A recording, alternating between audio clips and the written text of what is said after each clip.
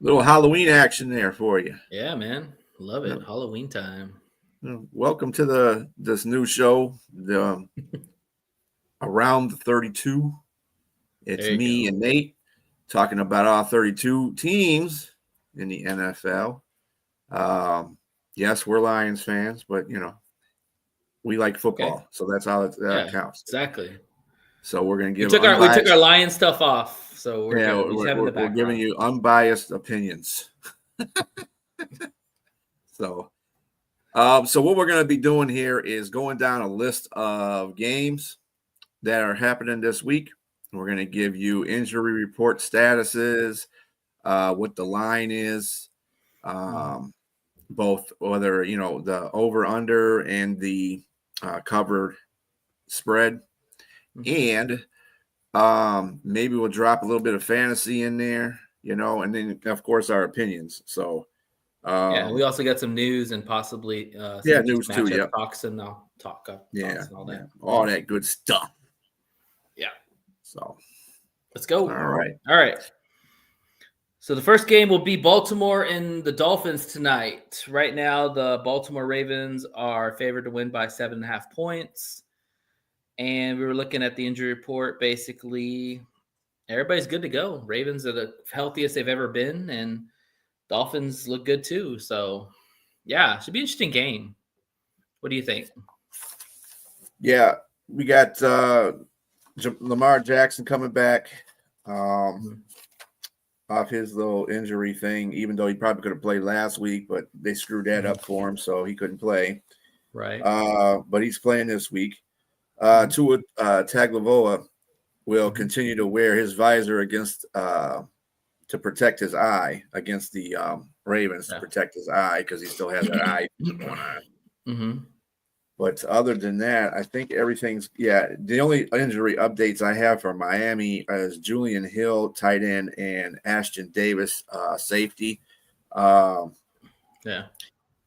tight end thing, I think I think he's more like a blocking tight end anyway. So when just you guy say that there's really everybody is healthy, he's just the safety is more important because they don't really have any back good safeties or defensive backs in the first place. So that might be more of an impact. But other than that, everybody else is. Do you think? Well, do you think that the Dolphins might be a little bit especially on the defensive side? Do you think they might be a little paranoid knowing that they might get traded coming up with the trade deadline? I mean, Bradley Chubb's been named in trades.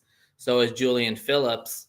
As a player, how do you focus your attention on the game knowing that you might be traded to a different team, maybe a better team? Well, I think they're professionals. Other than everything else, you got to play where you're at right now. You can't worry about all that stuff. You got games to go out there and win, or try to win. And I mean, that's usually that doesn't bother players too much. It depends on the type of player it is, or the type of person they are. But other than that, I wouldn't say that would bother them too much. Do you think Miami moves off those guys at all, or do you think they stay with them? They might start imploding. They might start, trying to. I mean, they're third in the division right now. I mean, well, fourth. Catching third. Yeah, that's what I'm saying. So I mean, they're kind of in that middle category where you're not really good, but you're not really, really bad. You're kind of in the middle. And so, moving off of Chubb, maybe moving off of Phillips might not be a bad idea to clear some money, because the reality is they got to figure out what they're going to do with Tua Tagovailoa at the end of the season. I know they gave him an extension, but he's got injury problems. He's got concussion problems. And he's also been very vocal in his pressers about, first he threw his player under the bus and then he retracted it and apologized. and we all think Mike McDaniel's going to get fired at some point. Yeah. So, They're and talking that about coach might not want Tua either. So that's another thing. everybody might want to just be aware too that Tua is also one of those guys that people are talking about might be traded as well, even if they eat some of the cap. But yeah, everybody's game at this time of the season. If your team's not doing well, right.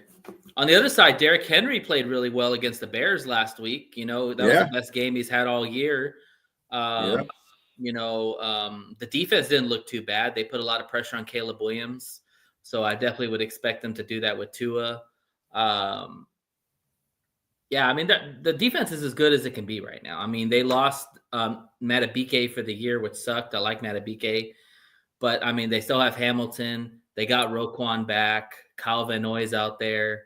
Wiggins is playing well. Nate Wiggins in his second year, I really like that guy. He's very fast, and he made that pick on Caleb. So I think the Ravens are rounding into form, and getting Lamar Jackson is going to be a huge boost for them. Yeah.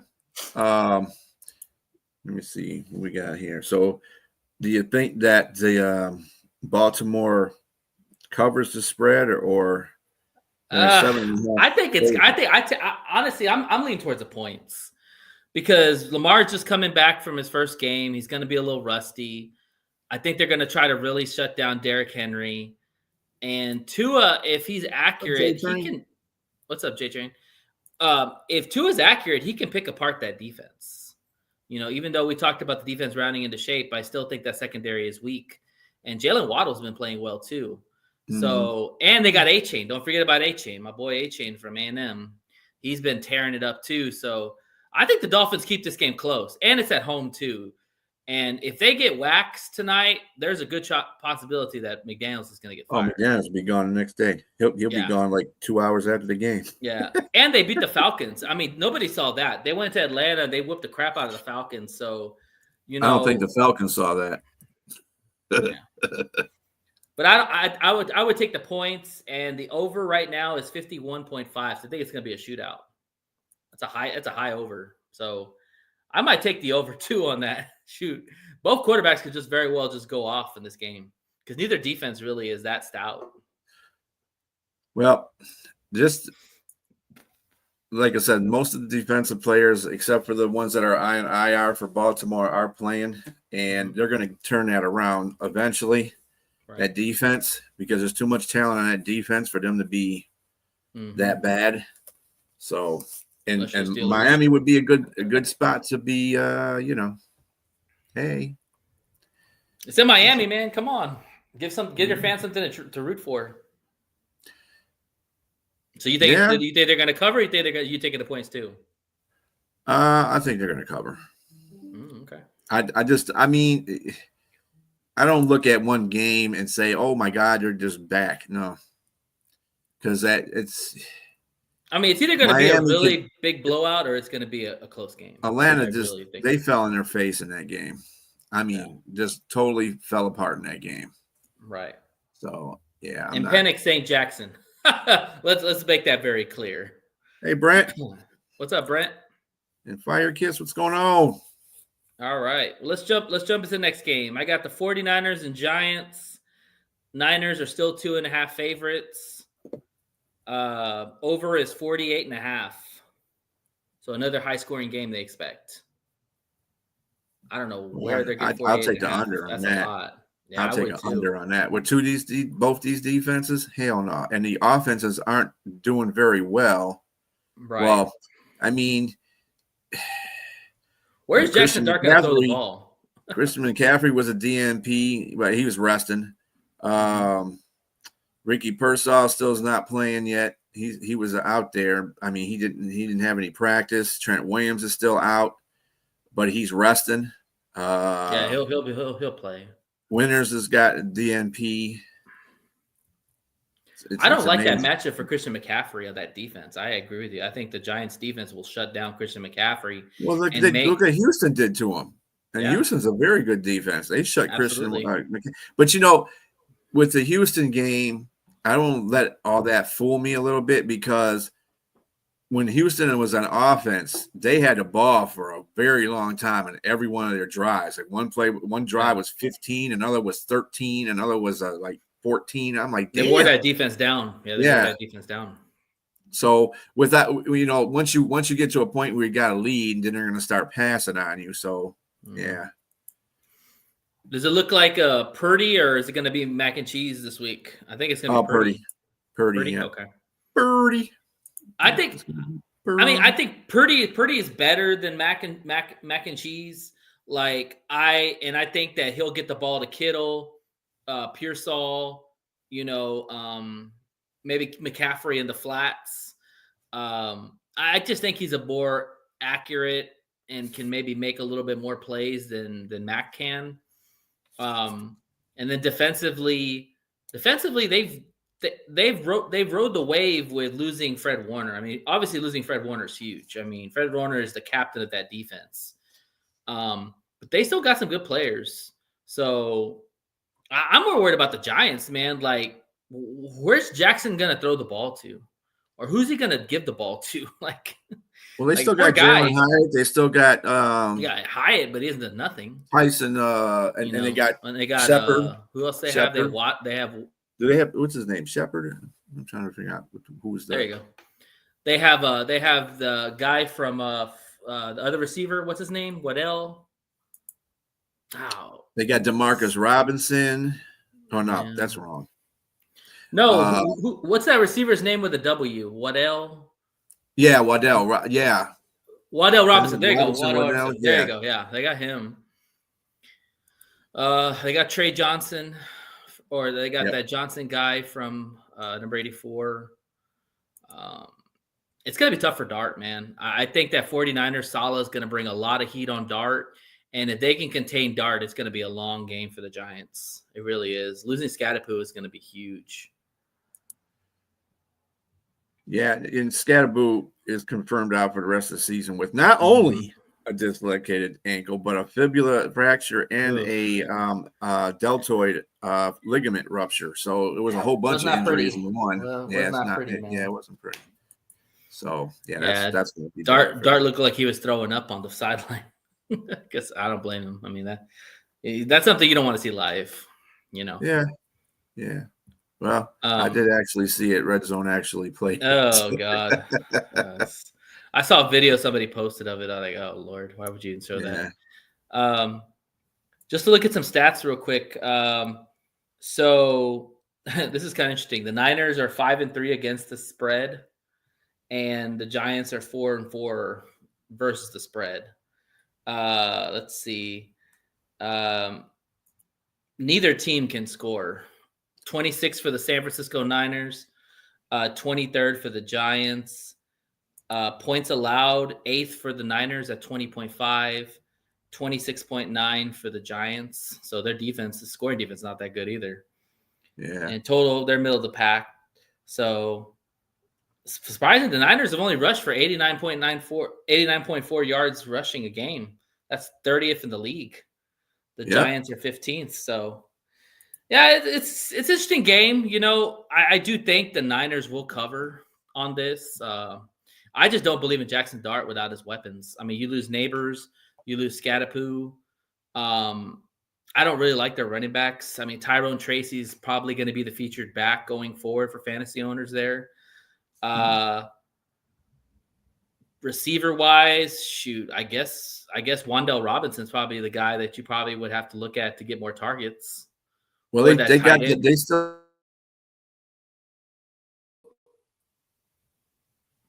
What the hell is his name? New York Giants. The running back. Damn, I can't remember his name. Much. I'll find it here in a minute. Let's see. Are you talking about that rookie guy they had last year? No, not the rookie guy. Well, yeah, I think it's the rookie guy. Yeah. I think you're talking about. Yeah, I don't know the name. Come on. There we go. All right, so it's a running back. I mean, Tracy's probably going to get majority of the carries. Tyrone Tracy, yeah. And they got Devin Singletary still. That's right. They still got Singletary. That's another guy. Yep. Yes, I'm glad you said that. So, They'll be fine. Are they going to be able to put up points on that defense? That's my question to you. Well, Houston did it, and they had worse. They didn't have Nico Collins. It's fair. So but you still think the Niners are going to cover?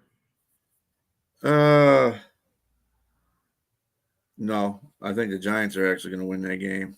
You think the Giants are going to win that game? Yeah. Wow. All right. I like it. Defense. That's bold. Defense wins games too. So. I mean, both defenses are really good. You're absolutely right. I mean, it's going to be a slobber knocker.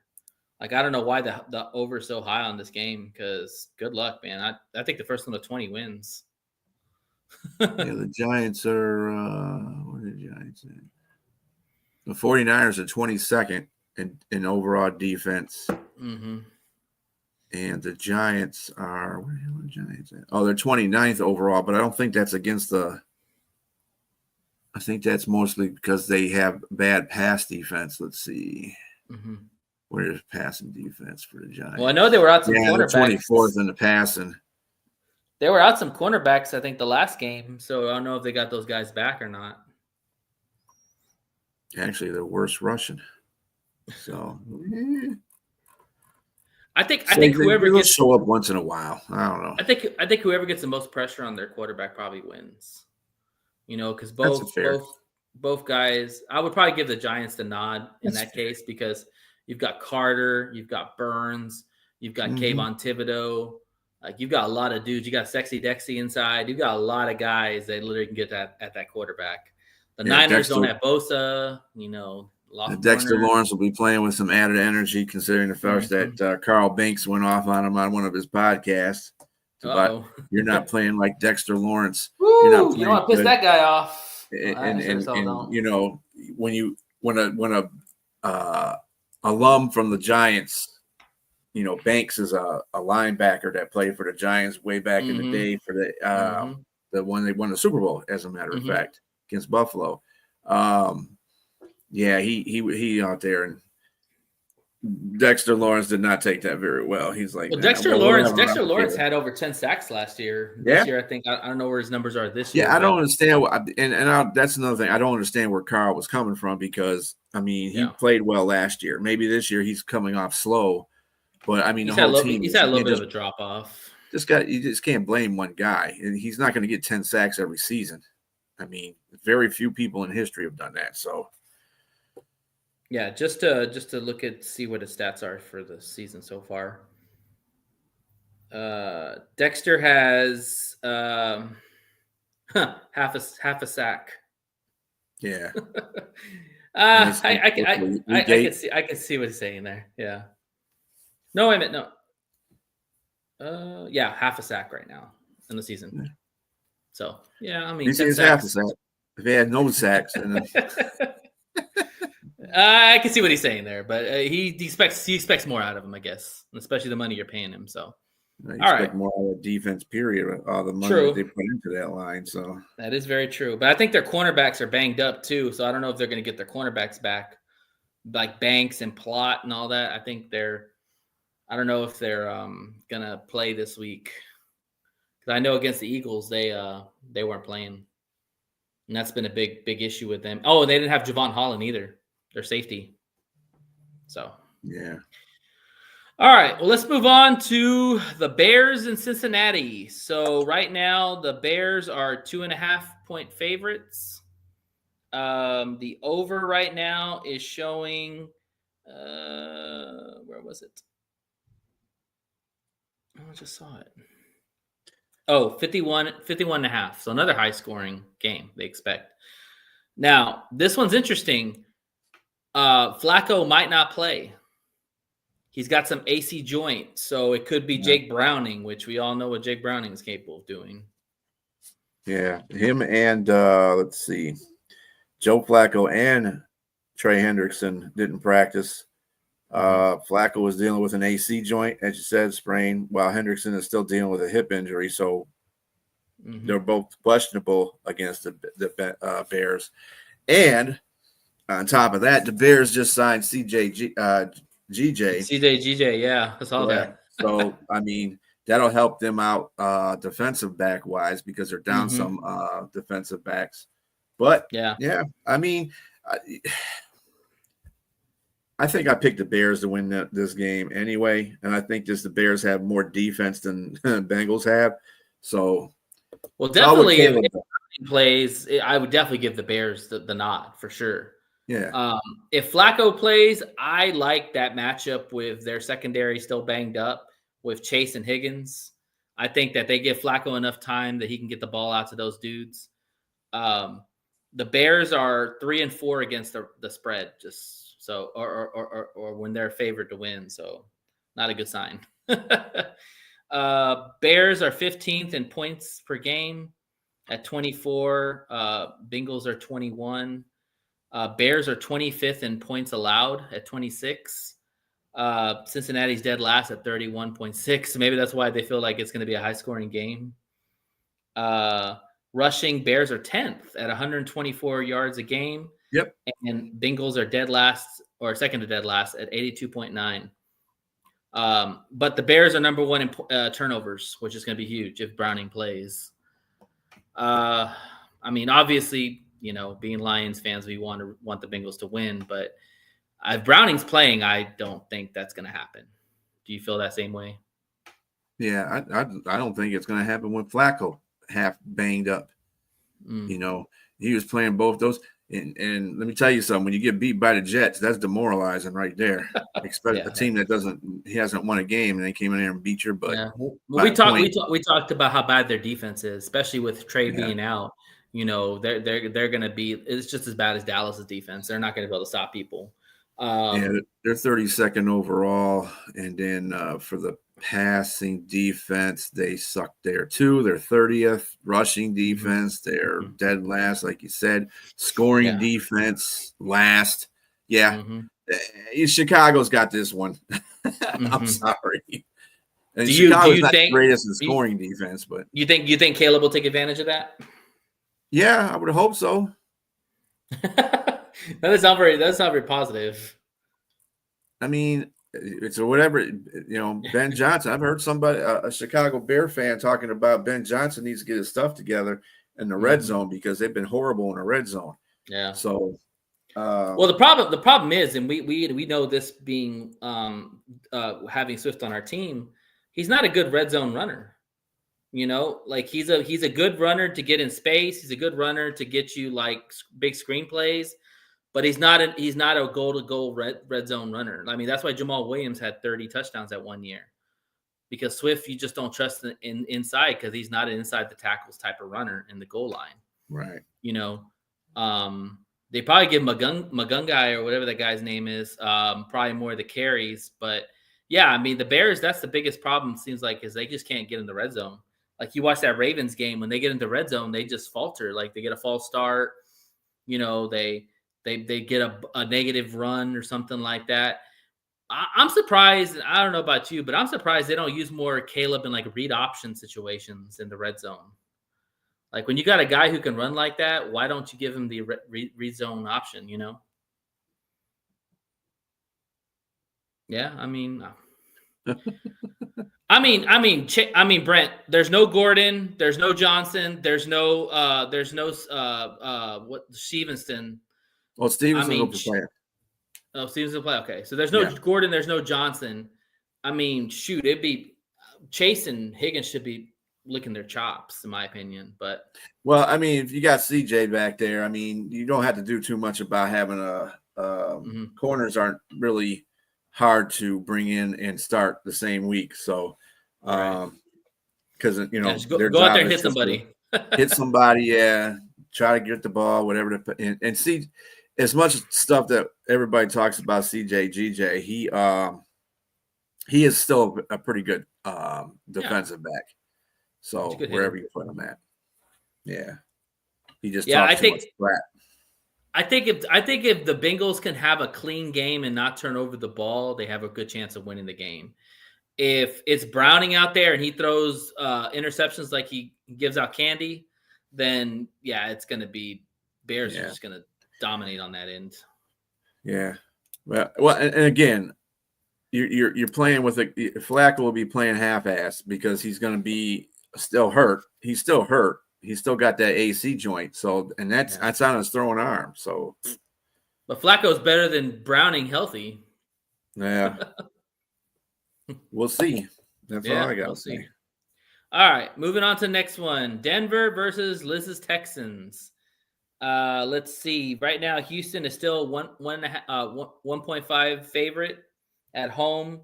The total for the game is let's see, 39.5. So they expect kind of a low scoring game. It's not surprising with two good defenses. Yeah. Let's see here.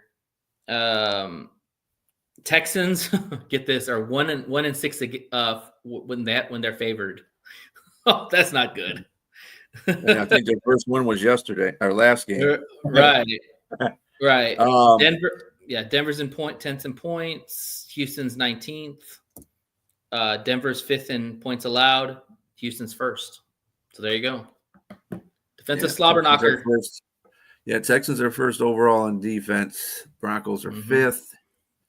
Passing defense, the Texans are 4th. The Broncos are 7th. Rushing defense, the Texans are 5th. And the Broncos are 10th. And scoring defense, the Broncos are 5th. The Texans are 1st. So Texans defense is no joke. They got a really good defense. They're really better than good. Denver's, and a lot of people not give Houston that credit. They've been on a lot of games just because of their defense. So, Mims is going to be out for Denver. Of course, Patrick Surtain is not expected to be. He's not supposed to be placed on AIR. That's a good thing for him.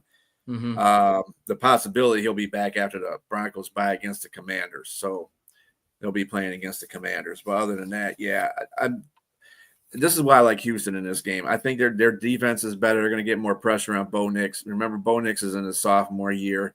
CJ Stroud at least is in his junior year, so he can, and he played a heck of a game last week too. And against that defense, San Francisco, everybody, San Francisco's defense. Yeah, well, they didn't do nothing. They knew nothing. 15 drive. The line held up. No sacks. Yep, and a 13-play drive, and you can't do that against a defense that's supposed to be so good. So he did well in that game enough so they can win the game. Woody Marks is going to have to step up again. Nico Collins will be playing. They'll get a couple of their receivers back, so that's good for him. But they, like you said, they lost the guard for Howard, Houston. Howard, Tyson Howard. Yeah, so that's going to be messed up for their offensive line, which is already decimated by injuries, and they just don't. I don't know what happened during the offseason. But anyway, if Houston can run the football, they have a chance. If they can't run the football, they are going to put pressure on Stroud like nobody's business. Because they lead the NFL in sacks.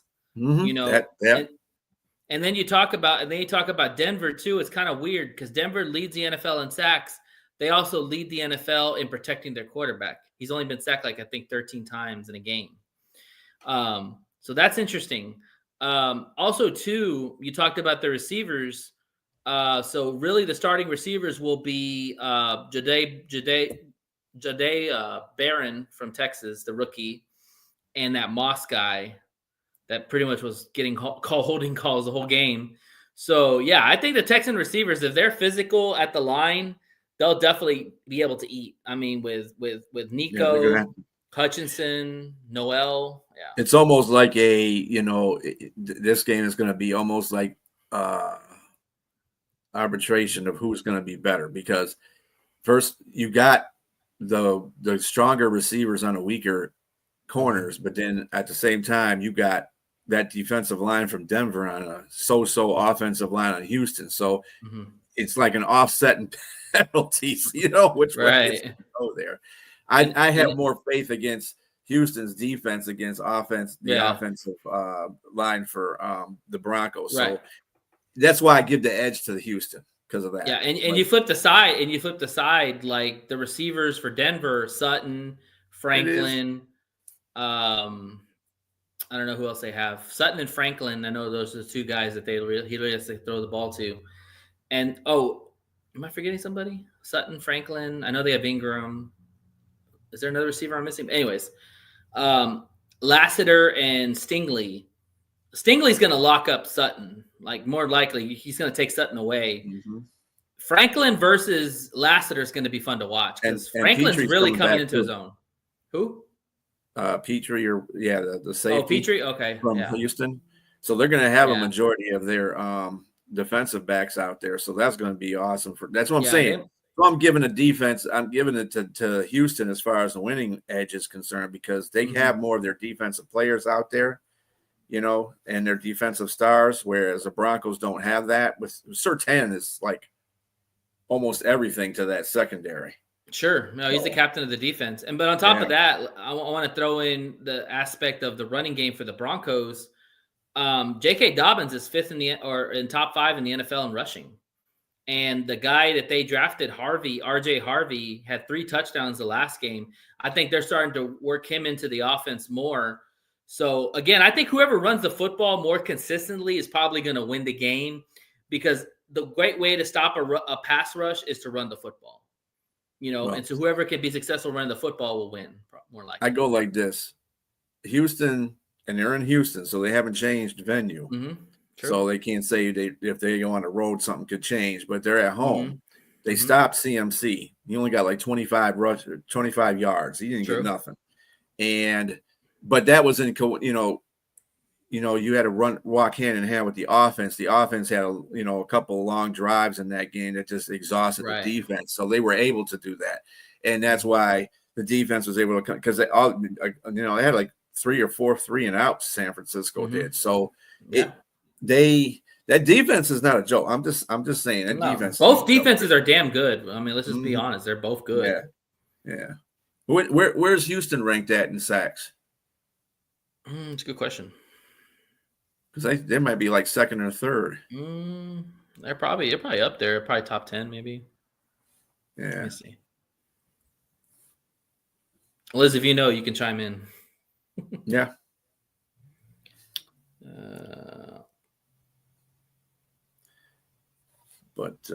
So that's why I think that's a good line too. A 1.5, because it can go either way. Yeah, and I really think a field goal probably. They're going to whoever's going to win by field goal. Yeah. 17th in sack percentage, 16th in sacks per game. So they're middle of the pack. Middle of the pack. Mm-hmm. Oh, Elizabeth said third. In sacks. In sacks, total sacks, Liz?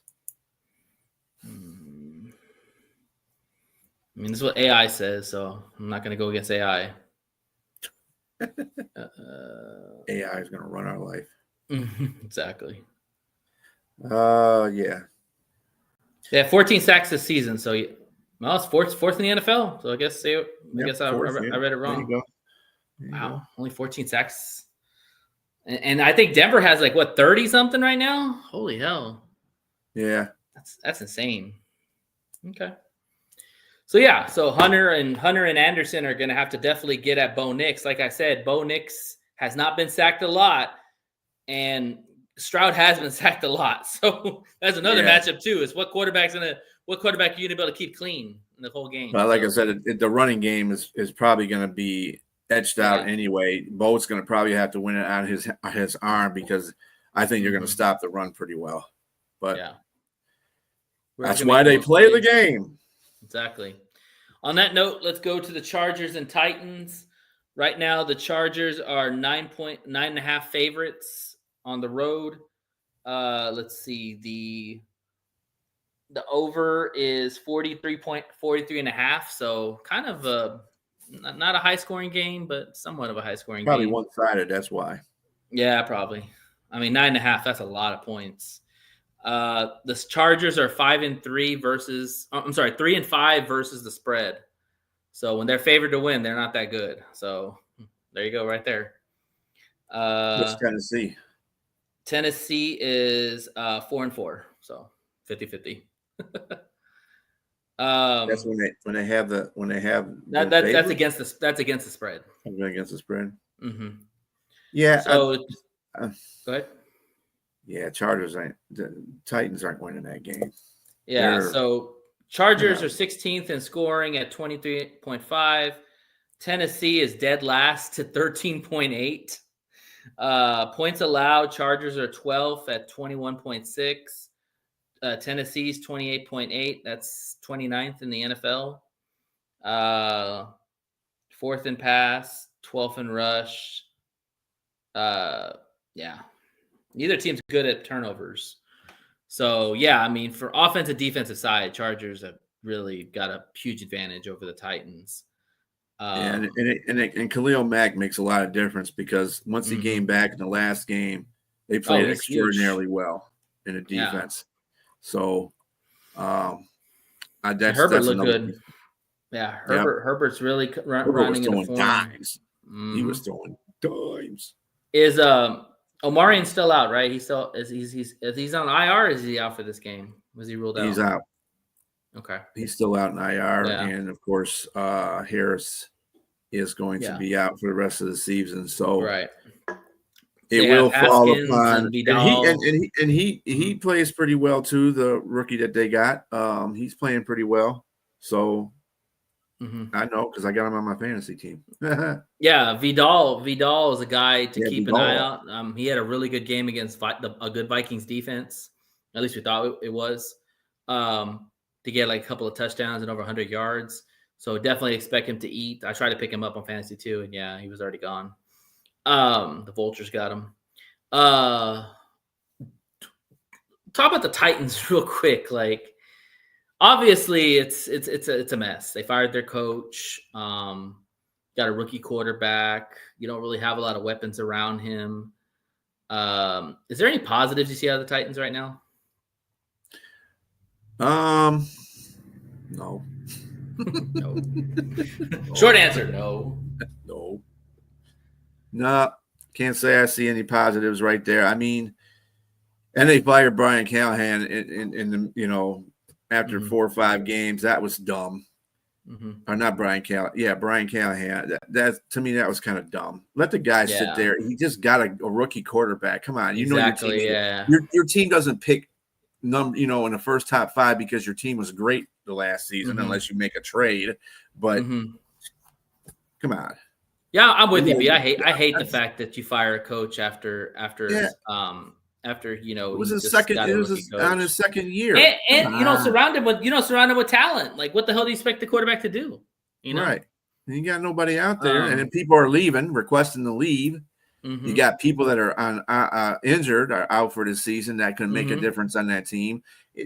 I wouldn't have never done that. I don't know what about these owners and their teams, man. Yeah. Speaking of that, on that note, do you think that Simmons gets traded at all? Could be a possibility if they're looking to rebuild. I mean, they got an intern coach in there right now. I mean, that seems to me, if you're not going to win, you might as well get some draft picks. Simmons, you get draft picks and rebuild. Yeah. I mean, it's the only thing I can. You got your franchise quarterback in Cam Ward. So you might as well start putting pieces together. I mean, Spears is a really good running back. Yeah, and they really got a decent defense.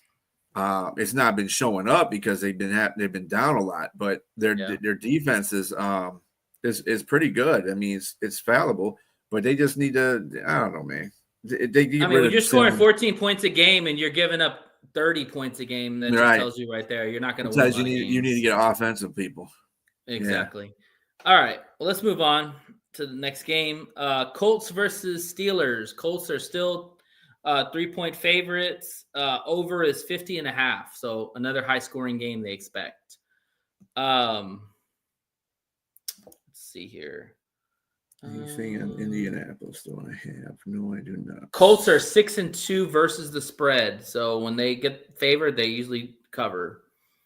And Steelers are 6-1 against the spread. So so there you go. Someone's got to give. Colts are number 1 in scoring at 33.8. Pittsburgh is 25th in the scoring. 6 in points allowed for the Colts at 19.3. Steelers are 22nd with 25. Colts first in yards, 6 in pass, 6 in rush, second in turnover differential. So they're pretty good. Now, a lot of people will say they haven't really played anybody. If you look at their schedule has been pretty weak. Outside of the Chargers, they really haven't played a lot of world beaters. Well, yeah, and the Colts defense is really not that great. They got a lot of guys. They don't have like stars. They're 26th overall. Of course, the Steelers are 30th overall. Passing defense, the Steelers are 19th. last. Oh, last? So you can throw on them all day, yeah. Oh, and that's Colts passing yards, yeah. And the Colts are 29th. Go figure.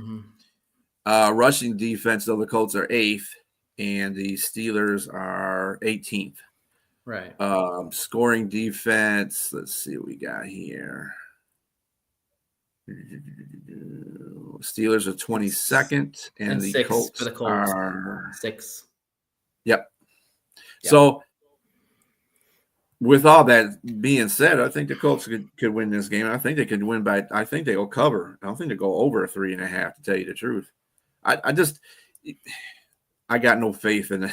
I got no faith in Pittsburgh's secondary. I'm with you. But the thing is that the Steelers have to win this game because Lamar wins tonight, and you look at Lamar's schedule; it's more favorable than the Steelers is. They have to win this game to keep up with Lamar. If they lose, and winning are two different things. That's all I got to say. Well, I will say this. If the Colts can consistently run Jonathan Taylor and the Steelers can't stop him, it's going to be a long day for the Steelers. However, if they can get pressure on Daniel Jones, Daniel Jones, when he gets pressured, he makes mistakes.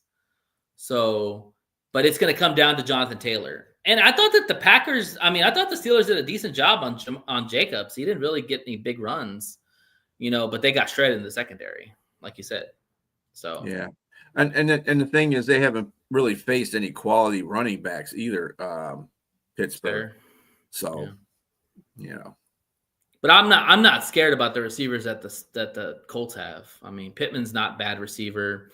Warren's a good rookie. I like my chances with the Steelers secondary. I think they could do a decent job. I mean, it's going to come down to pressure. If they can stop Jonathan Taylor and they can get pressure on Daniel Jones, they have a chance. I'm not buying that either. I don't think they're going to do a very good job. They played against receivers that weren't really that good in the Packers. I mean, they're all number 2s. There's no number 1 out there for the Packers. But you have clear-cut number 1s and 2s on Indianapolis. As Pittman is a number 1. And then you got Josh Downs. You got the rookie who can't hold on to the ball, but he's Mitchell. He's a good one. Yep. Yeah, I mean, they got good play. And then they got Ty Warren. Who's going to cover Ty Warren? Nobody. Not on Pittsburgh. So yeah, that's going to be a tough matchup. Well, we'll have to see what happens there. I mean, I think it'll be a pretty good game. I think the Steelers will hang in there. My thing is, can Daniel Jones, if the game's tight, can Daniel Jones win the game for them? Because that's the maturation of Daniel Jones. Is like so far he hadn't really been in close games, so you really haven't had to see him like bring a team back or have a game-winning drive. The closest one would be the Chargers, which he actually did. If Taylor didn't get called or they didn't call that holding call on Mitchell against the Chargers, they would have won the game. So. But I want to see Daniel Jones, see how he plays if the game's close, which I think is going to be a close game. Because you mean you talk about Indianapolis against Denver? No, Steelers. Yeah, I think it's going to be like a field goal game. That's why the line is 3. I think it's going to be won by a field goal. So Daniel Jones either is going to have to get them in the field goal range or keep them, keep them ahead. So we'll see. Yeah. I'm not buying the line either. I think it's going to be a 7-point game. They might even win by 10. I just don't. Pittsburgh is just in shambles right now. I don't care what anybody says. They need to start making some changes, and they need to start making them quick. You got an old-ass Jalen Ramsey out there. You got an old-ass Darius Slay out there. They're not the corners they used to be. And then you got poor Porter out there having to cover everybody because nobody else can cover nobody else. So and now you're down to safety too. Deshaun Elliott's out. Right. Now they did get Kyle Duggar from the Patriots. Patriots. So in exchange for a 2026 6th-round draft pick, but I don't know if Kyle Duggar is going to be able. He's a good safety. I'm going to go back to that. They should never trade Minkah Fitzpatrick, dude, because Minkah Fitzpatrick was the quarterback of that secondary. Mm-hmm. Like Jalen Ramsey is old in the tooth, and he's not the Jalen Ramsey that was the Jaguars, Jalen Ramsey, or the Rams. Like every player has their limitations as they get older, but Minkah Fitzpatrick was the guy in the backfield. I don't know why they made that trade. But I will say this, that where's TJ Watt? Like, you paid him a lot of money, like, and dude needs to show up. Where's the whole defense at?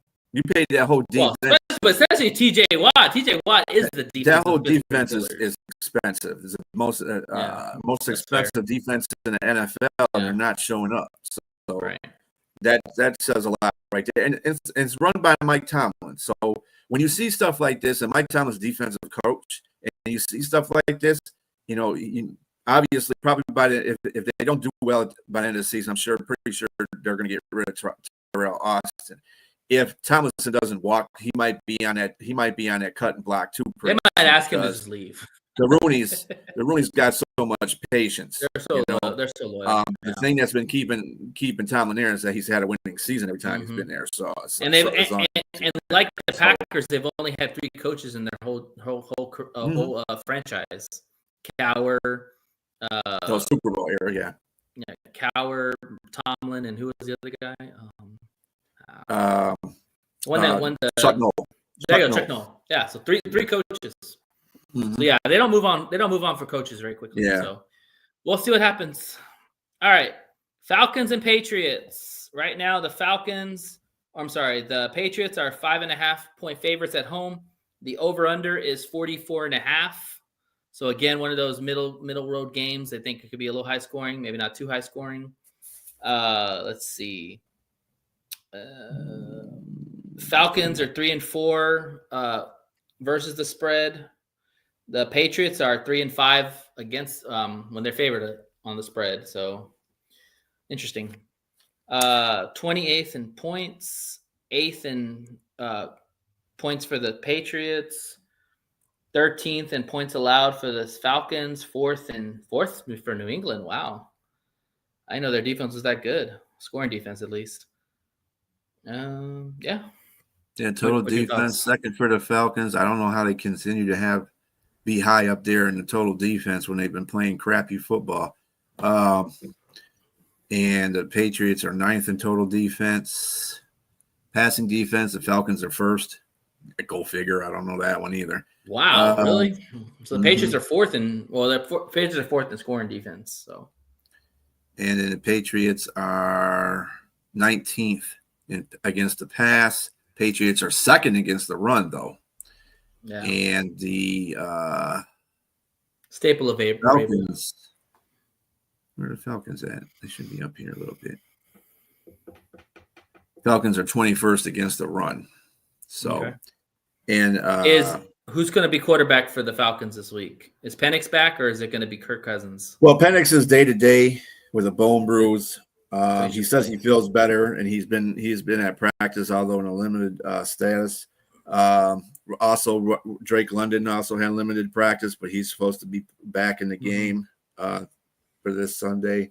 And they're both questionable, but I'm pretty sure they're both going to play. If they're questionable, they're going to play. We already know that. Javon Walker was at practice today too. That's going to give them a boost on there. When Javon Walker was on that defense, they played a lot better.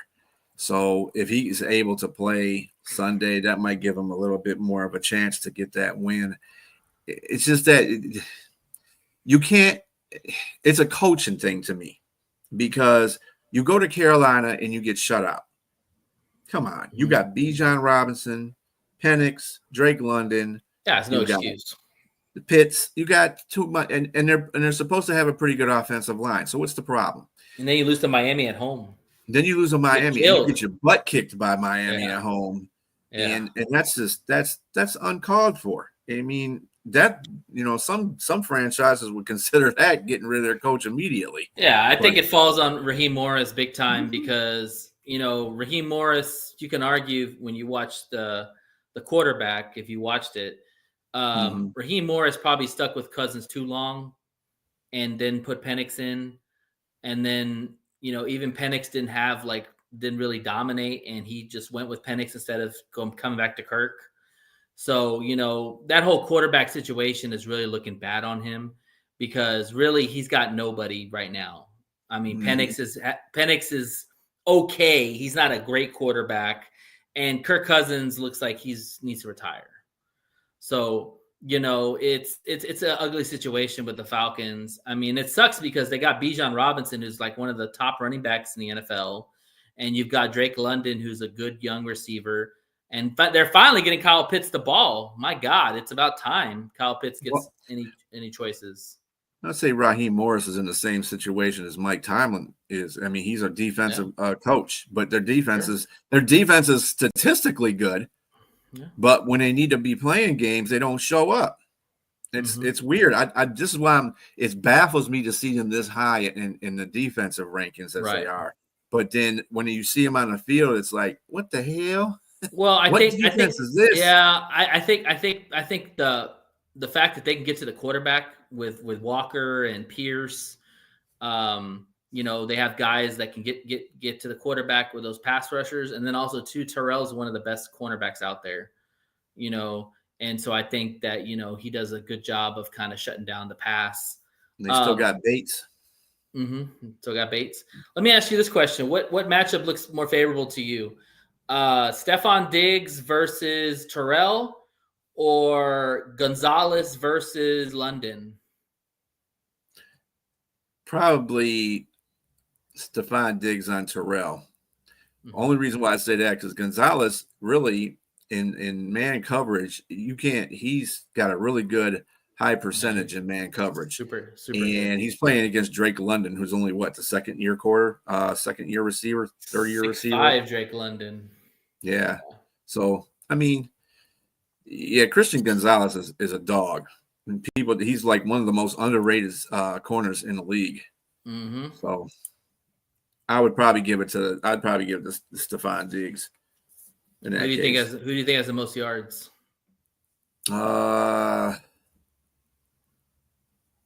Well, Stephon is crafty. I think Stephon has the most yards Okay. because Terrell, he's a great corner too. I'm not taking digs at Terrell because Oh, Terrell's a really good Terrell's corner too. fantastic, man. Yeah, for sure. But He's he fantastic. has his games where he gets lax too. Mm-hmm. Like in that game that they played against the Dolphins, Mm-hmm. Terrell was caught lunching. And that's Mm-hmm. not good. That's what I'm talking about. That's a coaching thing. If you're not getting your players to incorporate themselves in the game, then you got problems. Do you think that the players are slowly kind of giving up on Morris, or do you think They yeah, keep losing the way they're losing. They're going to end up losing that confidence, and that's going to end up breaking up that locker room. So you're going to have your guys that are for Morris, and then you have your guys that are against him. I would think at this point right now, Bijan's one of those guys against him because they don't run him enough. They need to run him more. Yeah, I think this Falcons team has really underachieved a lot throughout the Morris era. I mean, remember he had that issue with Arthur Smith, how he wouldn't play Bijan Robinson either.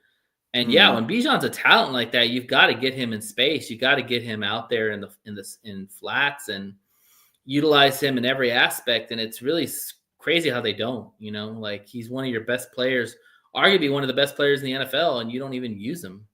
Like that's not good. Right. So, all right, moving on. Panthers versus the Packers. Packers are a 13.5-point favorite at home. Panthers, I'm sorry, the over is 44.5. Let's see. And they got 13.5-point spread, right? Mm-hmm. The Packers are 3-4 versus the spread, so they're 50-50 themselves. Yeah. They don't cover a lot. Yeah, because they lost to Cleveland. That's a good thing, and then they tied to Dallas. Those are both games they were favored in, and they tied and lost. Yeah, screwed them over, so don't bet them. Panthers are 27th in points at 19. Packers are 5th in scoring at 27.6. Panthers are 20th in points allowed at 24. Green Bay is 10th in points allowed at 21.4. And yeah, neither team takes the ball away either, surprisingly. Yeah, not so much for the Panthers, but and I'm assuming Bryce Young's going to play this game, right? He listed. Yeah, Bryce Young. Bryce Young was a full participant yesterday and today. Okay, so he's going to play and is on track to play against the Packers, so he'll be playing. Okay. So Green Bay is 6th overall defense with the Panthers 11th. Against the pass, surprisingly, Panthers are 10th and the Packers are 15th. Mm-hmm. I don't know about surprisingly. I think they have one good player on the back end for the Panthers, and that's Horn. Mm-hmm.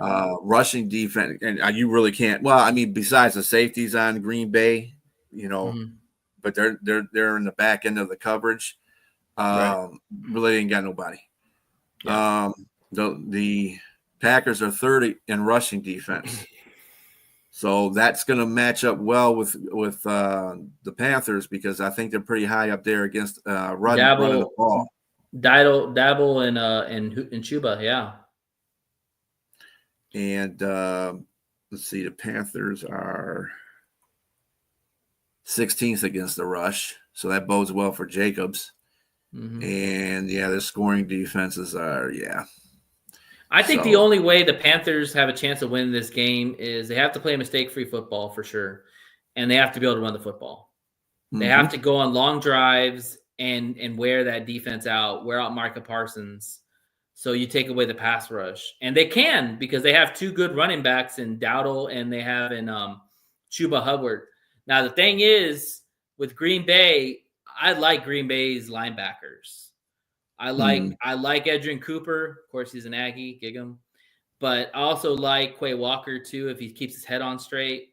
Like, he is an athlete from side to side, and that is probably that's probably the biggest strength of the Packers defense is those two linebackers because they can literally guard anybody and cover a lot of ground. And so if they can get a hat on those linebackers, then you're talking about the Panthers having success because if your safeties having to make tackles, that's not good. I'm going to tell you what, if I was an offensive coordinator for the Panthers, anytime I saw Micah Parsons lining up in the middle, because they shift them all over the place, lining up in the middle, I'd call a run right at him because he can't stop the run that way. And everybody knows that. He's more of a pass rusher. That's his job. Right. Yeah. He's not going to be stopping the run. That's not his job. Some players are good at it. I was one of those people that felt, to that because I wasn't very impressed with him at all. But then he's a pass rusher. That's what he gets paid to do. And he does a very good job at that. Let's not. He's one of the top pass rushers out there for sure. Yep, Absolutely. He won Player of the Month, by the way, NFL Player of the Month. So Defensive Player of the Month for the NFC. So he's good enough to be in that category. So, but when you see him running, line up in the middle against your offense, run at him, change that call to a run real quick. I like how you said that because I also think too, like if you see him lining up right in the A gaps or the B gaps, screenplay, like wear him out, or stuff like that. Because with a good pass rusher, you either want to chip him or you want to make him run, to wear him out so he doesn't have that kind of extra burst. Yeah. I think what helps the Panthers in this game is since Dalton's not going to play, which is good, it's going to be Young. Young has the ability to get around and escape the pocket. And that's one thing that Green Bay hasn't really had a lot of people to deal with that. Like you look at all the quarterbacks, even Jacoby Brissett wasn't that fast of a runner. Bryce Young's has more little speed than Brissett does. So it's just going to be a matter if they can just run the football, whether it's Young, whether it's Dowdle, whether it's Chuba. That's the only way they have a chance. Right. If they can't run the football, they're screwed. Yeah, because I mean their receiving core is I mean Texas is doing a good job, but Xavier McKinney is still Xavier McKinney, Xavier Legette. He's still a project. So Hunter Renfrow, and they don't really have a really good tight end either. So they they definitely got to set that screen up so they can get some runs off of that, and then they have to they're run based offense. They live off running the football. They did that with the Cowboys, Yeah. So I mean, I think Green Bay will still win the game. I just don't think they're going to cover that 13.5. I just think Panthers are a lot better defensively than people give them credit for. I agree. I think that people are really sleeping on the Panthers defense, and they have some guys. Scorton's rushing the passer. You got Scorton's Horn, excellent. You got Horn that's earning his money finally. He's looking like the cornerback that they paid him to be. Like they've got some guys that can wreak havoc. And one thing about Love is Love struggles with bad teams. It's really weird. Like if you look at his best games, he went dual with the Cowboys. He beat up the Steelers, but he struggled against the Browns. He struggled against the Cardinals. He struggled against the Bengals. So they have a chance. Yeah. But they have to take the ball away. Like they can't turn over the ball, but they got to try and take the ball away in any aspect possible. Yep. And run the football. So we'll see what happens. Yes, sir. All right. Jaguars and Raiders. Jaguars are 2.5 favorites on the road. Vegas. The total is 44.5. And I just saw this on TV. Travis Hunter's been added to the injury report. Yep, he might not play. Right. The Raiders are 3-4 versus the spread. Jags are 4-3. Jags are 25th in points per game at 20.9. Vegas is dead last at 14.7. 15th in points allowed at 22.1. Vegas is 23rd at 25.7. And the Raiders are 17th in total defense, and the Jaguars are 21st against the pass defense. This has got ugly written all over it. Yeah, it does. It's got boring and ugly written all over it, to tell you the truth. That's exactly how I felt. I was like, this has got ugly written all over it. The passing defense, Raiders are 20th, and the Jaguars are 27th. It might be a chance for Jaguars get upset in this game. That's for sure. They're 6th against the run, though. The Jaguars are, where the Raiders are. The Raiders ain't too bad either. They're not better than the Jags. They're 13th against the rush. And as far as scoring defense, you got Jags are 15th and the Raiders are 23rd. Yeah. So this comes down to this is going to be one of those games. This is another one of those games you don't want to touch, really, because it could go either way. It can. Yeah, Jacksonville hasn't sold me on anything they're doing either. Right. The Raiders are pretty bad, but they haven't. At least I know they're bad. Jacksonville keeps playing that Jekyll and Hyde on you, and I don't. I don't like that. I still don't trust Trevor Lawrence. Yeah. Their running game is and their passing game. Where's Brian Thomas at? Brian Thomas needs to sew his butt up. And in fact, they might not even have Travis Hunter. Not that he's been doing that much, but anything helps you when you're playing. Sure. So I mean, you don't want Brandon Thomas getting double teamed all the time. You want to have that exactly. Side. They also have Jacoby Myers. Or no, that's on the Oakland. Never mind. And I think that also our guy Patrick is also had limited playing time too. Oh yeah, Timmy Patrick. Yeah, he might get a little bit of role now because of Hunter being out. Yeah. This to me comes down to the quarterbacks. Whichever quarterback doesn't turn over the ball is probably going to win. Because that's what I'm saying. I would not bet on this game because both quarterbacks could be turnovers. I mean, Geno Smith has just been a turnover machine. Probably, I think he leads the NFL in turnovers. Trevor Lawrence has had his moments where he's looked really bad at times. Brent is sticking with this. Brent has been on this. Pakistan's going to get beat. I mean, yeah. I don't know about the overrated part. I think you got to give credit where credit's due. I mean, Love is showing that he's starting to come around. I got to see him win some big games in the playoffs to really get him to the next level. But back to the game. Yeah, I think whichever quarterback doesn't turn over the ball probably will win. Both defenses are okay. I think the Jaguars defense is a little bit better, and they're aggressive. Is Lloyd playing? Because Lloyd was leading the NFL in interceptions. Okay, yeah, he's playing.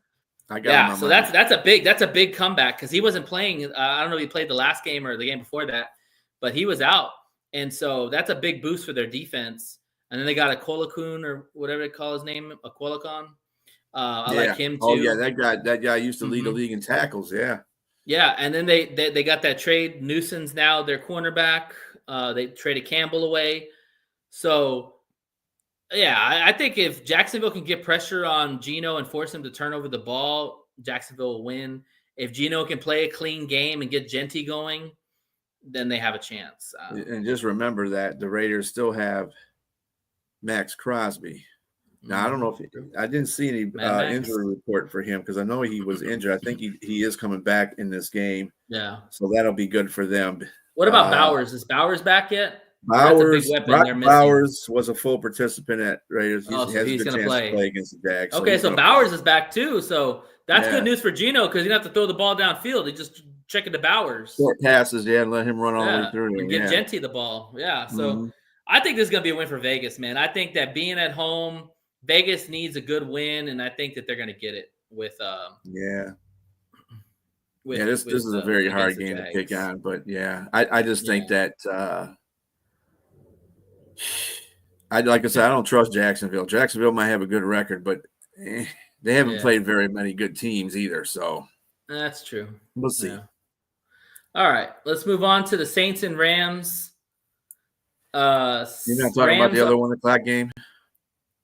The what? You're not talking. You didn't do all the 1 o'clock games. You forgot the game that Detroit and Minnesota.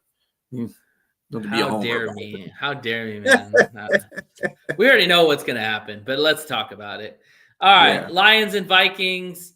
Lions are 8.5 favorites at home. The over is 48.5, which they expect probably a high-scoring game. Let's see. My Lions are 5-2 when they're favored to win, so that's good. Let's see. Vikings are 18th in scoring. Lions are 3rd in scoring at 30. Points allowed. Vikings are 19th at 23.1. Lions are 21.6, which is 11th. And turnover differential, the Lions are 5th in the NFL. Vikings, surprisingly, are 22 with all those turnovers that one game. What you say? Well, Brian Branch is going to return to practice. He's been on suspension, obviously. He apologized and states that Terry Arnold will be back, and he states he has another chip on his shoulder. Yeah, he got baptized too. Yeah, well, you need to get baptized. Hey, man. You need to get the demons out. A pissed off BB and motivated BB is what I want to see. Also, Aiden Hutchinson reached an agreement with the Lions on a 4-year, $180 million contract with $141 million guaranteed. So he'll be fresh off of getting paid. So that'll help him out a little bit. Hopefully, it'll motivate him to play even harder. I mean, how do you feel about that deal? Real quick, how do you feel about that? I think it's pretty good. It's a fair deal. I think it's a really good deal. He's the second most non-quarterback paid right now. So I think he deserved that. And he's the youngest, he's the youngest on that list. Like, Parsons is a little bit older than Hutchinson, and you know what? A lot of the naysayers will be like, okay, Parsons is better than Hutchinson. He might be a better sack guy, but if you ask me who's got an overall better player, it's Aiden. He can run. He can play the run well. He can rush the passer. He can force fumbles. Hell, he can even intercept the ball. Like Parsons is more of a one-trick pony where he could just rush the passer. Like you talked. He's a hell of a trick pony, though. That's the point. Oh yeah. But Aiden Hutchinson is leading the league in pressures as well. He still has 7 sacks now? He still has 7 sacks? I think it's 6.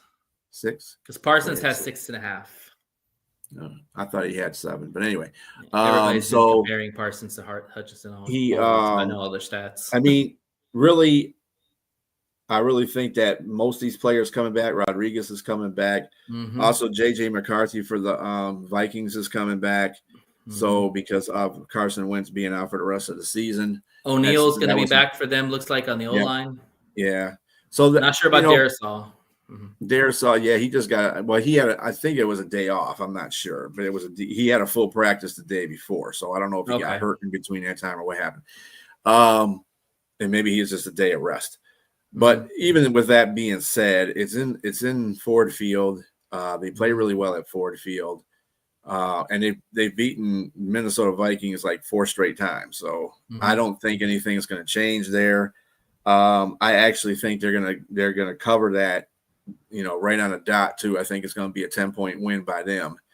But I think it might be more, but yeah. I'm not taking Minnesota for granted either. Minnesota's well coached. They got good coaches there.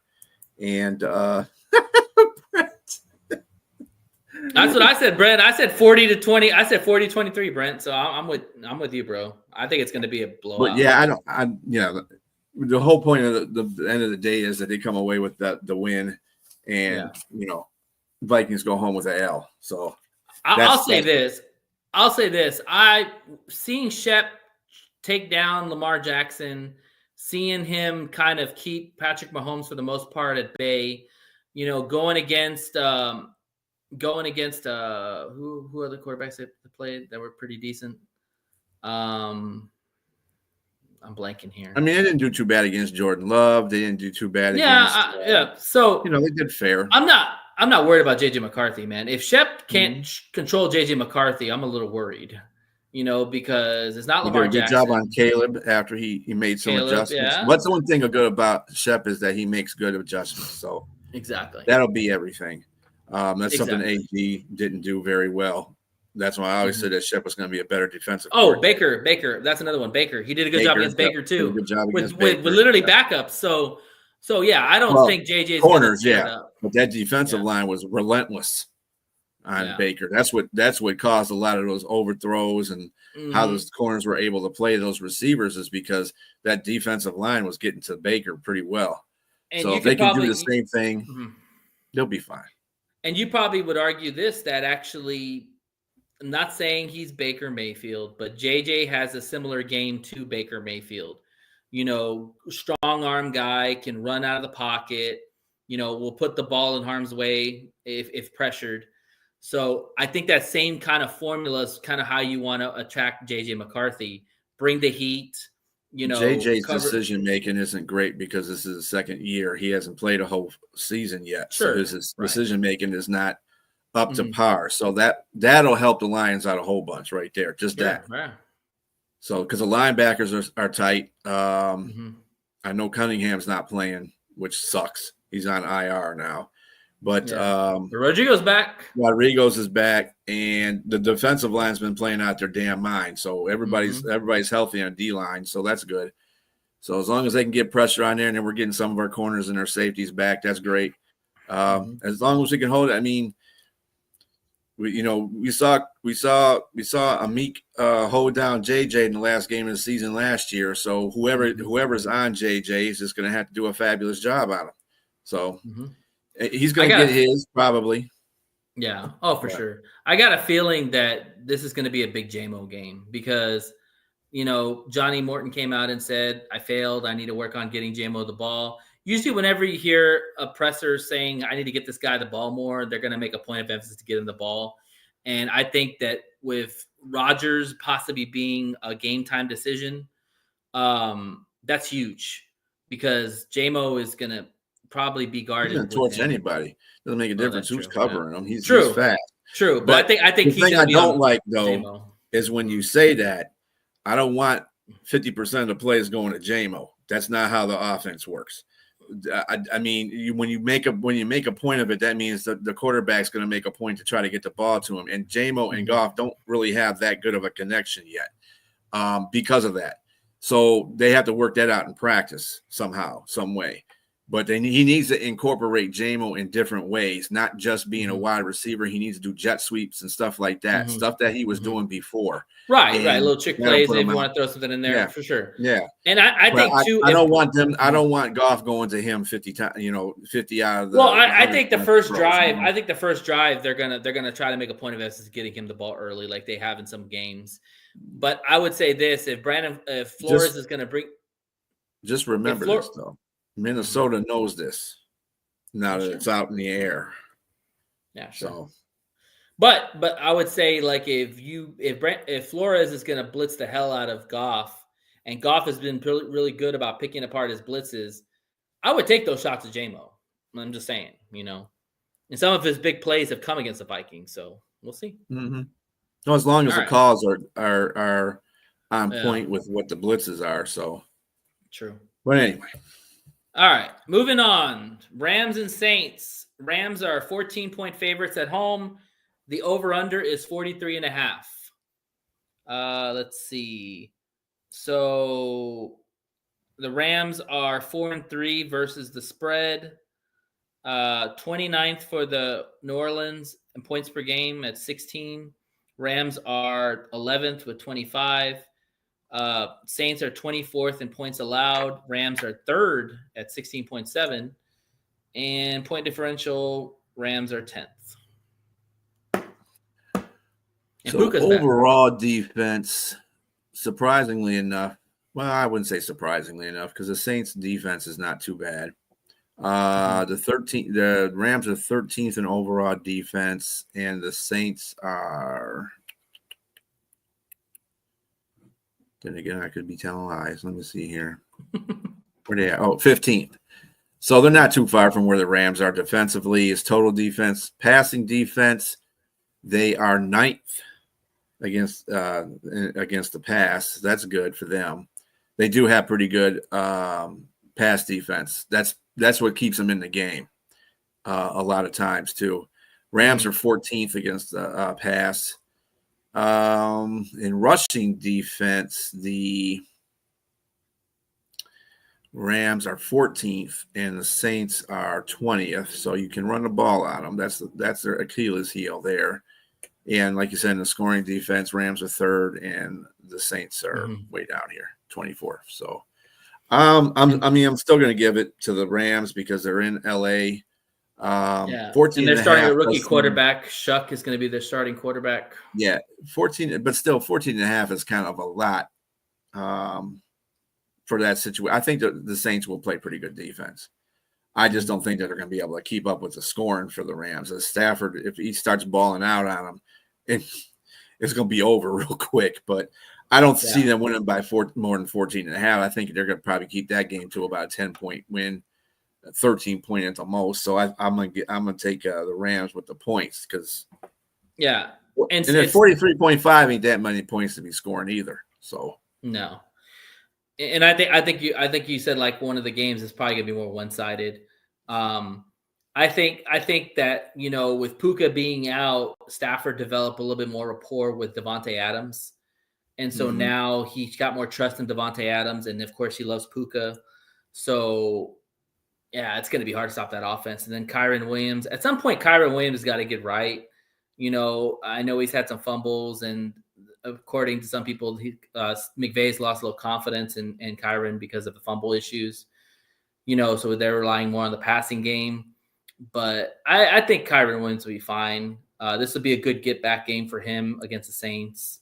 And that defense, man, Jared Verse and Fisk and Young, oh man, that D-line is just fun to watch, man.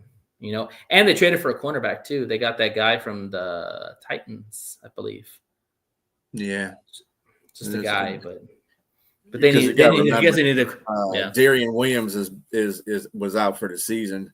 He didn't even make it to the season to be to play. And he's one of their better corners. And they got Curl and Kitchens and all that are young guys. So I don't know what they liked about this guy, but they brought him in. So I guess we'll see what happens.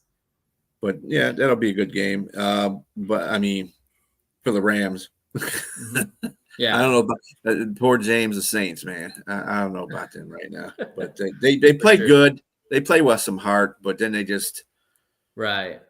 they're not winning. So Yeah, for sure. All right. Chiefs and Bills. game of Chiefs the are week. 1.5 favorites. Yeah, game of the week. 1.5 favorites on the road against the Bills. The over-under is 52.5. Let's see here. The the Chiefs are 5-3 versus the spread. Chiefs are 7th in points. Buffalo is 4th in points. So high scoring game. Chiefs are 2nd in points allowed at 16.4. Buffalo is 9th at 20.9. Total defense. The Chiefs are 4th in total defense. Bills are 12th. Passing defense. The Bills are 2nd. Chiefs are 3rd. That's interesting. Chiefs are really good defensively.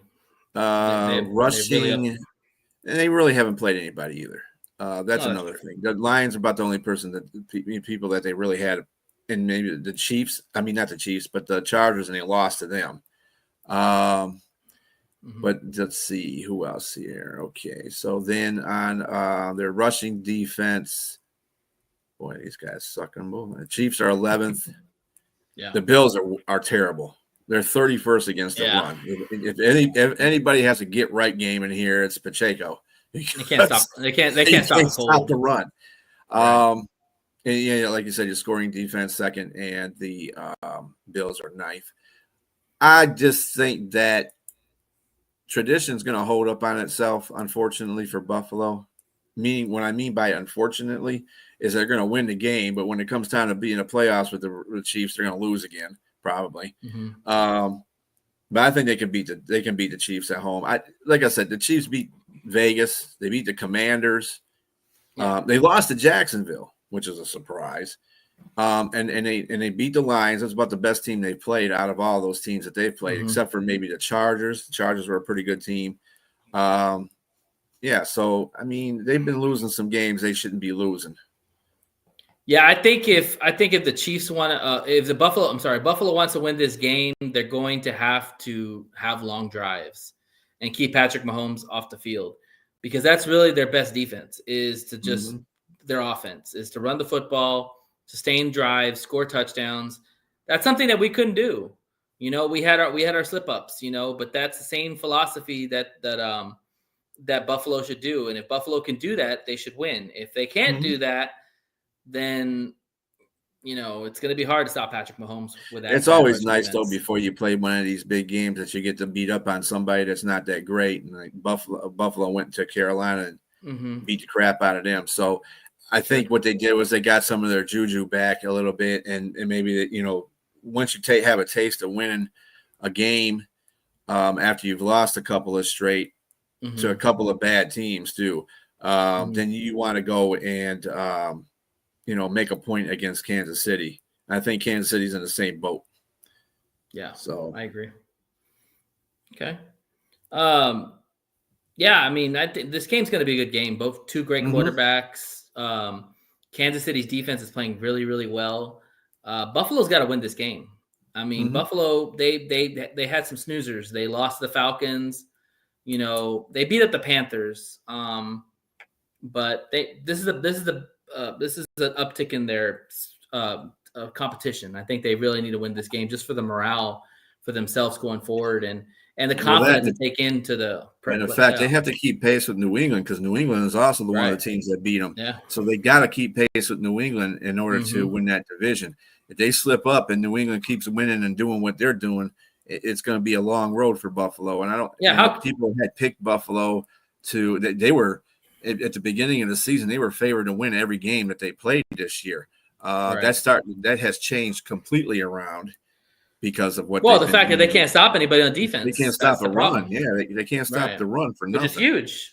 Yeah, because if you can't stop the run, you're going to struggle against the pass too. But they did make a valiant effort against Carolina, and I thought if they could beat Carolina and have them stop them from running, and it's what they did. They stopped them from running. Chuba wasn't effective and neither was Dowdle. So No. when you eliminate those two people out of that offense for Carolina, you basically eliminated their offense. So it's a start. Yeah, it's a start. Yeah. All right. Moving on. We have here. Oh no. Dang it. The Seattle Seahawks. Yeah, Seahawks versus the Commanders. Seahawks are 3-point favorites on the road. It's a 47.5 total. Let's see here. Seattle is 5-2 versus the spread, so that means that they cover a lot of times. Let's see. 5th in points per game at 27. Washington is 17th.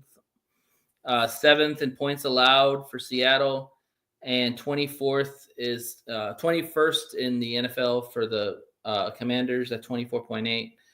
And neither team is good taking the ball away. So, yeah, and also McLaren is going to be out for this week. He re-aggravated his his quad injury. He re-aggravated a quad injury, so he's going to be out. Yeah, Terry McLaurin, yeah, that's going to hurt. Mm-hmm. And Daniels, I don't think Daniels is playing either, right? So, yeah, I'm giving Seattle all the props in this one. Seattle is 10th in overall defense, and the Commanders are 27th. Passing defense, this is something that is kind of hard for the Seahawks. The Seahawks aren't really good in pass defense. They're 23rd. Commanders are 26th. This is what Terry McLaurin would come in handy, and Jaden Daniels. Rushing defense, Seahawks are number 1 against the run. So Bill is going to have a hard time running on that defense. Yeah, their D-line is good at getting to the quarterback and good at stopping the run. Yeah. And that bodes well for Seattle. Yeah. The thing with me about this game, because I think the Commanders could win this game, more so because they're at home. But the fact is that Sam Darnold has at times made some dumb mistakes. You know, like the sack and the safety in the against the Texans. You know, like when he gets pressured, he kind of lets the ball flutter. And I mean, the Commanders don't have a great defense, but they got players that can get to the quarterback and rough things up. Luvu is one of the better players they have. Marshawn Lattimore recently has played well. He's going to have his hands full with JSN. They'll probably have to bracket him. I don't know. I mean, like, Seattle has to come all the way across the country. That's another thing, too. Those games are a little bit more interesting. I don't know. I mean, I think Seattle should win the game, but I'd stay away from it. I don't think that coming across the country, because there's teams have done that all season and won games. True. So it's not true. I don't know not as bad as it was, but it's still a long trip. Yeah. Seattle is well traveled. You know, they're a well traveled team. They can win on a road. I think this is actually too small of a cover here, 2.5. I think they're going to win by about a touchdown and maybe 10 points on this one too, because Washington is just depleted. They're not going anywhere right now. I don't think they're a playoff team. I don't think they're going to be a playoff team. When they get done with this game, they have to play Detroit. And it's not going to be pretty for him in that game either. I don't care if McDaniels is playing or Scary Terry. It doesn't make a difference. I think that right now they're in a tailspin. They don't have enough players that are healthy enough to play all the way through. They're not having a good season this year. They're having their definition of a sophomore slump with for the second year. So I think if the Commanders can keep it close, that gives them the hope. If Seattle comes out and lays belt to ass to them, it's probably going to be early. I kind of look at that, the belt to ass thing happening. It's possible. And just by the way, I just saw this on TV. The Lions line went up to 9.5. So somebody's not playing. Because maybe the betting is more favorable toward the Lions. Maybe that too. Yeah. All right. And let's wrap up this segment with the Cardinals versus the Cowboys. The Cowboys are 2.5 favorites at home. Arizona, I'm sorry, it's a 54.5 spread, so another high scoring game. Let's see. Cardinals are 19th in scoring. What's up? I think the Keebler Elf is playing in this game too. Yeah, I just saw that too. Yeah, I think he's in. Cowboys are second in scoring at 30.8. Cardinals are 13th in points allowed with 22, and Cowboys are dead last at 31. Yep. And that's basically what their total defense is too. If Murray's in this game, that's different. That makes me change my pick. Well, not change my pick, but that kind of makes me think that they have a chance. Because I like Jacoby Brissett, but Murray can run around, and Dallas can't stop anybody. Like, they can't stop the run, they can't stop the pass. Yeah, it all depends on how Cardinals play defensively, because they played against a really good Denver team and got their butts handed to them, but that was against a really good Denver team. Denver took out that offense completely. Yeah, I don't think Cardinals have enough manpower to do that, to tell you the truth. I think Dak will be back to his good ways this game. He wasn't bad in the last game either. So, I mean, it's their defense is not great, but Cardinals, they kind of figure out ways to lose, even at home. And they lost against Tennessee. Come on, Tennessee. You lost to Tennessee. Yeah, that's pretty bad. And it wasn't because the Tennessee did anything. Tennessee just took advantage of what the Cardinals were messing up on. And the Cardinals lost that game. It wasn't Tennessee winning that game. It was the Cardinals losing that game. And that's pretty. You can't justify that one. That's pretty bad. Yeah, you can't. The Cardinals are. I picked them to be number 2 in that division, but maybe I was thinking second from last in the NFC. But anyway, they aren't doing very good. So I'm not. I got Dallas in this one. I just like Dallas's offense a whole lot more than I like Arizona's offense. Yeah, and even with Cardinals, even applying some pressure on that offense, I don't like the Cardinals defense like I would. Yeah, we're both on the Cowboys for sure. Yeah. I will say this. I am interested to see, Javonte Williams has played really well for the Cowboys. Like, he's been a revelation since he left Denver. He revitalized himself. I think if the Cowboys can run Javonte Williams most of the game and they can't stop him, it's going to be a long day for the Cardinals, because if you can run the football on the Cardinals, it's only going to make the passing game even more dangerous. Now, the Cardinals did a pretty good job with Josh Jacobs at times when they played the Packers. So if they can stop Javonte Williams and make Dak pass the ball a lot, they might have a chance. Look at that. He's got a pass to, though. CD. Yeah, Pickens and Ferguson. Everybody keeps forgetting about Ferguson. Ferguson's one of those good tight ends that are slowly creeping up. Ferguson's been playing his ass out too. Yeah, and their offensive line ain't too bad, but it's like I said, against a team like Denver, your offensive line will get exposed, and their running game wasn't too bad against Denver either, but it wasn't enough, and they couldn't keep Denver off They couldn't keep Denver off the field offensively, and that's where that killed them at, because the defense isn't very good. But with the Cardinals,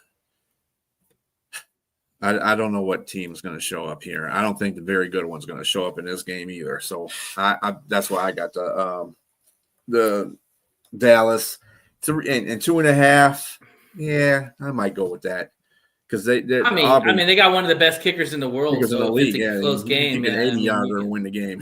Exactly. That's why I think the line's close, and it might change now with Murray coming into the game, because this is probably before Brissett was named the quarterback. Murray's worth half a point, so this might drop to 2. Either way, I think it's one of those field goal games. Either way, it's going to be a high scoring game. I don't think the Cowboys will be able to stop the Cardinals consistently, unless Murray just decides to throw the ball up, and turn over the ball. Arizona's got to run the ball effectively too, and they don't have Connor. Yeah. They got. I don't think they have Benson. Benson's on an IR too. So yeah, they got Bam and they got Bam, yeah. They got that other guy. Well, what was his name? I forgot his name. Was it Starts with rookie? D. DeMarco. Someone now. It's the guy they got from the Niners. Oh, yeah. I don't know. Whatever. This is the point that we just don't know that. Yeah, it just shows you right there. Yeah, you're grasping at straws. But yeah, I think it'll be a high scoring game. It'll be a good Monday Night Football game for sure. And I think Murray's going to ball out. I think Murray. It's going to be a duel between Dak and Murray. I would give Dak the advantage because he's at home, and Dak has more weapons. I mean, he's got DK. He's got Pickens. He's got Lamb. He's got Ferguson, like you said. Murray has Marvin Harrison, but that's pretty much it, consistently. So, he got McBride. McBride's a damn good tight end too. So we'll see. Should be fun. Yeah.